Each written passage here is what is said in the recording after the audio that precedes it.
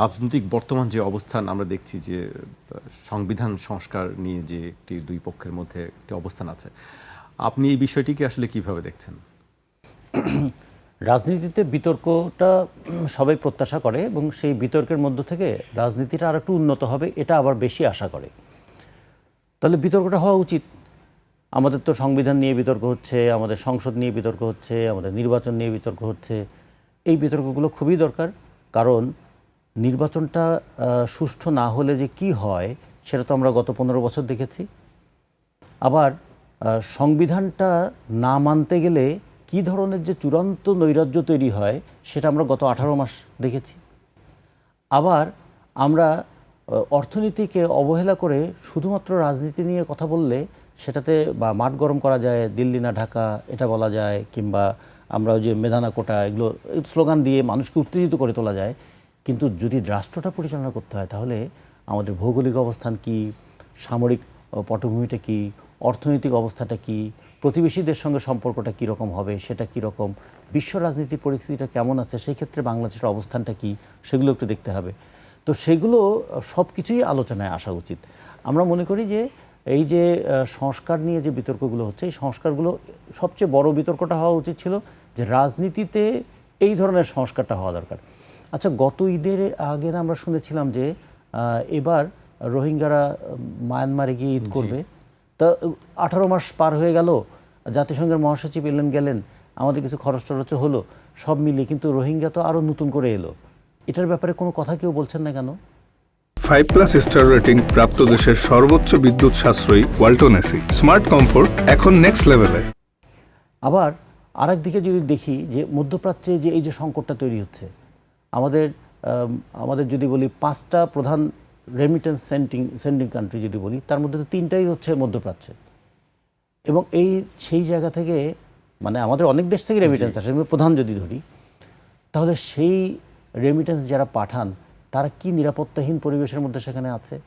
একটা হলো শারীরিক নিরাপত্তা, দ্বিতীয়ত হচ্ছে তাদের কাজ ওখানে থাকবে কিনা, তৃতীয়ত এই যুদ্ধের পরে যে নতুন ধরনের কাজের প্রয়োজন হবে তার জন্য তারা আবার যোগ্য কিনা। তাদের সেই ক্ষেত্রে কর্মশক্তি পাঠানোর ক্ষেত্রে বাংলাদেশের যাদেরকে আমরা পাঠাই দেশের বাইরে, তারা সেই রকম দক্ষতা এবং যোগ্যতা নিয়ে গড়ে উঠছেন কিনা, এগুলো কত বিষয় এখন আলোচনার বিষয় আছে না? এখন সেই আলোচনার বিষয়গুলোকে বাদ দিয়ে আমরা যদি সংসদটা গরম করার চেষ্টা করি, তাহলে হয়তো এটা কিছু মানুষ একটা একাডেমিক ডিসকাশন হিসেবে নেবে, কিন্তু তার জীবনের সঙ্গে তার খুব একটা সম্পর্ক থাকবে না।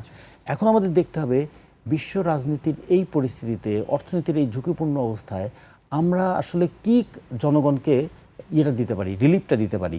সেই ক্ষেত্রে সরকার কি করছে এবং বিরোধী দলের ভূমিকাটা কী হবে। বিরোধী দল তো অবশ্যই বিরোধিতা করবে, কিন্তু বিরোধিতা করে তো একটা সঠিক পথ জনগণের সামনে দেখাবে। কেন রোজার মাসটাতে, রোজার মাস আমরা সংযমের মাস বলি, এই মাসগুলোতে কোনো ধরনের সংযমের চিত্র আমরা দেখলাম না। সেটা কি দ্রব্যমূল্যে হোক কিংবা অন্য ক্ষেত্রে হোক, কেন দেখলাম না? তার মানে কি সংযম কথাটা মুখে যত বলা হয়, বাস্তবে বাজারে তার কোনো প্রভাব ফলে পড়ে না, বাজারে বরঞ্চ স্বয়ং জম হিসাবে আবির্ভূত হয়। আজকে আমি সকালে একজনকে জিজ্ঞেস করলাম, আচ্ছা ভালো বলেছেন রতন ভাই, স্বয়ং জম। হ্যাঁ, যে আচ্ছা বলো তো পোলাওয়ের চাল কত টাকা করে কেজি? সে থতমত গেল, বলতে পারছে না যে পোলাওয়ের চাল কত টাকা কেজি। কারণ আমরা তো মোটা চালের দাম দর করতে করতেই সেটা কি 60 না 62 না 65 না 80 এই জায়গার মধ্যে আমরা আছি। এখন এই ঈদে তো মানুষ অনেক কিছুর সঙ্গে একটু পোলাওয়ের চাল খেতে পারে। আচ্ছা, দুধের দামটা এখন কত লিটার প্রতি? এর মধ্যে যে আমাদের দুধ উৎপাদনের মিল্ক ভিটা, সে যে দুধের দামটা বাড়িয়ে দিয়েছে এবং সেই দামটা বাড়ানোর পরে বাজারে এখন 1 লিটার দুধ তো 100 টাকার নিচে আর পাওয়া যাচ্ছে না। তাহলে একটু দুধ এবং একটু সেমাই এগুলো যে খাবে, এগুলোর দাম আসলে কত? একজন রিক্সা চালক সারাদিন যদি রিক্সা চালায়, আমরা অনেকে বলি রিক্সা চালক সারাদিন রিক্সা চালক তো অনেক আয়, বুঝছেন, দিনে 700-800 টাকা রোজগার করে। পরে যদি আচ্ছা 700-800 টাকা মানে কত টাকা বলেন তো? 700-800 টাকা দিয়ে কি হয়? একটা মুরগি কিনতে গেলে কত লাগে?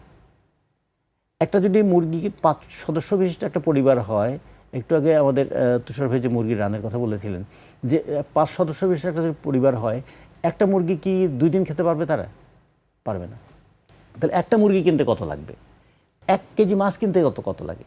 1 কেজি পাঙ্গাস মাছ কিনতেই এখন কত লাগে? যে পাঙ্গাস মাছকে আমরা এখন প্রায় দরিদ্রের মাছ থেকে একেবারে জাতীয় রূপ দিয়ে দিয়েছিলাম, সেটার দামটা কীরকম। তো ফলে এই মানুষগুলো বেঁচে আছে কেমন করে? বেঁচে থাকতে হয় বলে তারা বেঁচে আছে। এবং এইভাবে বেঁচে থাকলে কি কর্মশক্তি তৈরি হবে? এইভাবে বেঁচে থাকলে কি একটা দক্ষতা সম্পন্ন জনশক্তি তৈরি হবে? আমাদের আলোচনার ডিবেটের বিষয়গুলো এগুলো হওয়া উচিত এখন। এই জায়গাটা না হয়ে আমরা কিন্তু এমন এমন বিষয়ের সংস্কার, আচ্ছা ডেপুটি স্পিকার একজন না দুইজন হবে তা নিয়ে কিন্তু আমরা তুলকালাম করে ফেলতে পারবো। আচ্ছা রাষ্ট্রপতি তার অধ্যাদেশকে আইনে পরিণত করতে হবে, এটা নিয়ে আমাদের বিতর্ক আছে। তার আদেশটাকে মেনে চলতে হবে, কিন্তু সে রাষ্ট্রপতিকে আবার মানা যাবে না। রাষ্ট্রপতি যে যখন বক্তৃতা করবেন তখন আমরা থাকবো না, কিন্তু তার বক্তৃতার উপর আবার আলোচনা করব। এগুলোও কিন্তু মানুষ তখন দেখবে। তাহলে আসলে মূল ফোকাসটা কি সরে যাচ্ছে আমাদের? আমরা বিতর্কটাকে কি শুধুমাত্র অর্থহীন এবং সমাধানহীন তর্কে রূপান্তরিত করে ফেলছি? বিতর্কের মধ্যে থেকে একটা কিছু বেরিয়ে আসার কথা, তো সেগুলো আসছে না কেন? ফলে আমরা রাজনীতিতে এই দিকগুলো দেখতে চাইবো।